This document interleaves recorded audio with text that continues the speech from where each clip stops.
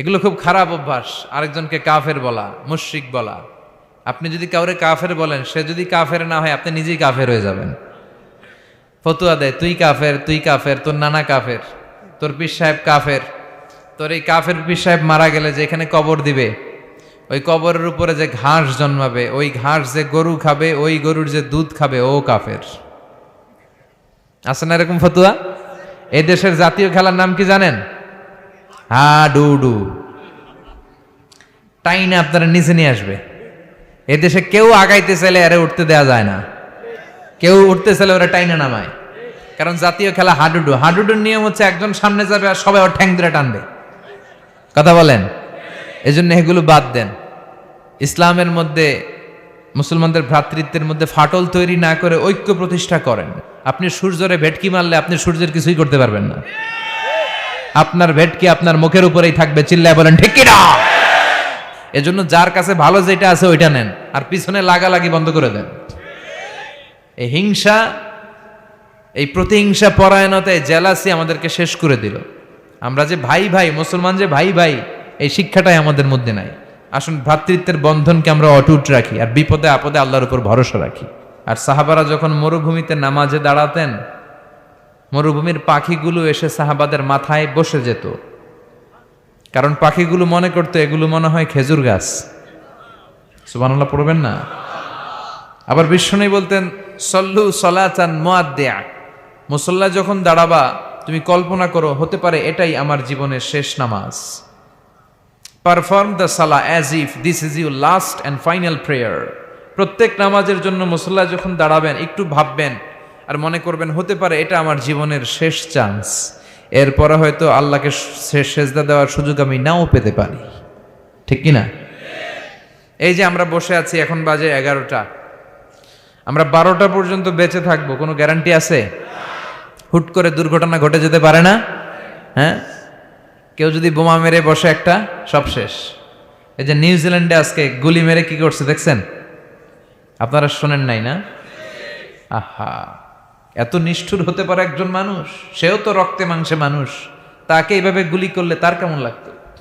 50 জনের মতো মুসল্লিকে, মুসলিম নারী এবং পুরুষকে সে লাইভ শুটিং করে ঝাঁঝরা করে দিয়েছে।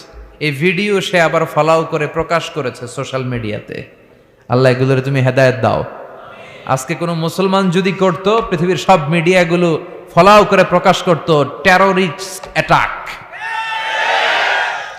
আর খ্রিস্টানরা যদি এই কাজ করে কয় মানসিক রোগী।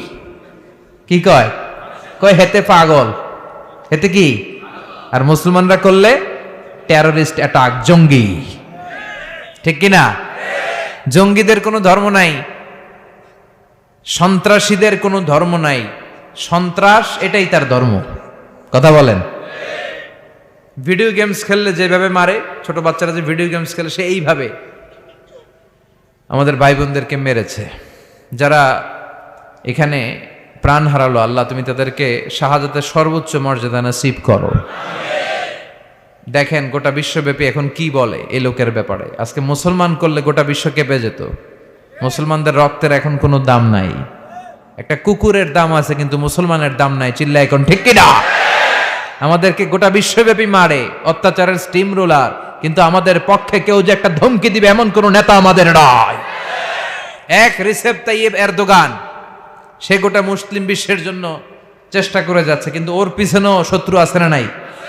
ওর পিছনেও টিকটিকির অভাব নাই। কথা কন? আমাদের কোনো কম্বাইন্ড মিলিটারি নাই। 50টারও বেশি মুসলিম দেশ, আমাদের একটা যৌথ সেনাবাহিনীর দরকার ছিল কি ছিল না? আমাদের যদি যৌথ একটা মিলিটারি থাকতো, পৃথিবীর কোথাও মুসলমানরা আক্রান্ত হলে, কেউ এসে আক্রমণ করলে আমাদের মিলিটারি সেখানে যে প্রতিরোধ গড়ে তুলতো। চিল্লা এখন ঠিক কিনা? লিডারশিপ নাই, সেন্ট্রাল লিডারশিপ নাই, আমাদের কেন্দ্রীয় কোনো মিলিটারি নাই। গোটা বিশ্বব্যাপী আমরা মার খাই। উই আর ওয়েটিং ফর আল ইমাম আল মাহাদি। ইমাম মাহাদি আসার আগ পর্যন্ত কেউ আমাদেরকে একত্রিত করতে পারবে না। এজন্য যারা আজকে নিহত হলো নিউজিল্যান্ডের এই মসজিদটাতে, আল্লাহ তুমি তাদের জীবনের সবগুলো গুনাহ মাফ করে দাও। তাদেরকে জান্নাতের উচ্চ মাকাম তুমি নসিব করো। সম্মানিত ভাইয়েরা, বলছিলাম কোরআন এমন একটা কিতাব যে কিতাব অন্ধকার থেকে মানুষকে আলোর দিকে নেয়, ঠিক কিনা? আলোর দিকে নেয়। আর বক্তব্য হওয়া উচিত খাটো, সালাত হওয়া উচিত লম্বা। সাহাবারা যখন সালাত পড়তেন পাখি এসে মাথায় বসতো, আর পাখি কি মনে করত? এটা খেজুর গাছ।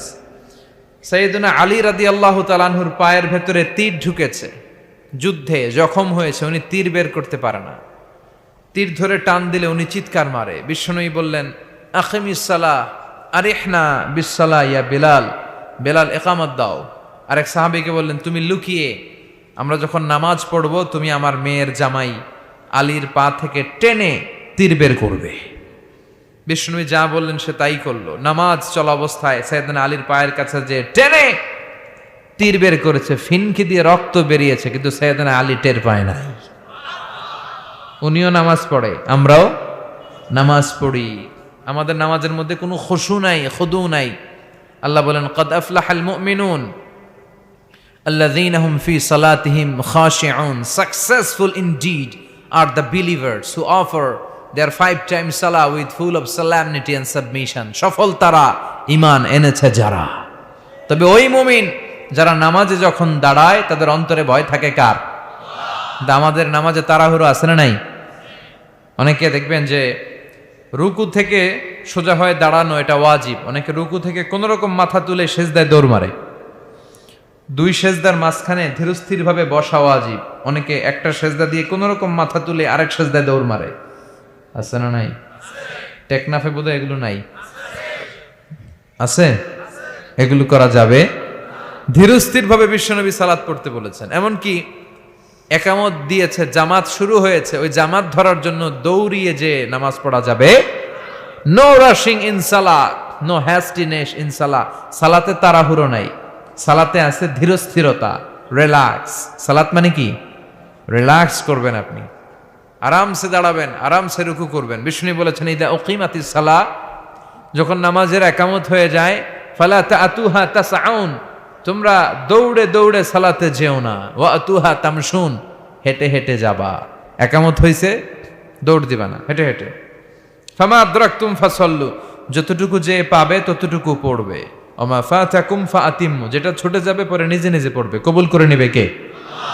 তা আমাদের অনেকে আছে, নামাজ শুরু হয়েছে, উনি অজু করতেছে, উনি টের পাচ্ছে কিছুক্ষণ পরে ইমাম সাহেব আল্লাহু আকবার বলে রুকুতে যাবে, আর রুকু ধরার জন্য অনেকে দেয় দৌড়। আছে না নাই? টাইলসের মসজিদে অনেকে দেয় দৌড়। এক লোক দৌড় দিছে, উল্টায় পড়ছে, লুঙ্গি একদিকে, মুসল্লি আরেকদিকে। টাইলসের মসজিদে অজু করে দৌড় দিবেন না, খবরদার। অজু করে পিচ্ছিল পা থাকে, আস্তে আস্তে যাবেন, না হলে দুর্ঘটনা ঘটে যাবে। দেখেন, বিশ্বনবীর সুন্নাহ আছে যেখানে বরকত আছে, সুন্নাহ নাই যেখানে বিপদ আছে। এজন্য সালাতগুলো যেন ধীর স্থির ভাবে হয়। আবার সালাতের পরে তাসবিহ পড়ে না লোকজন, নামাজের পরে কি পড়া সুন্নাত?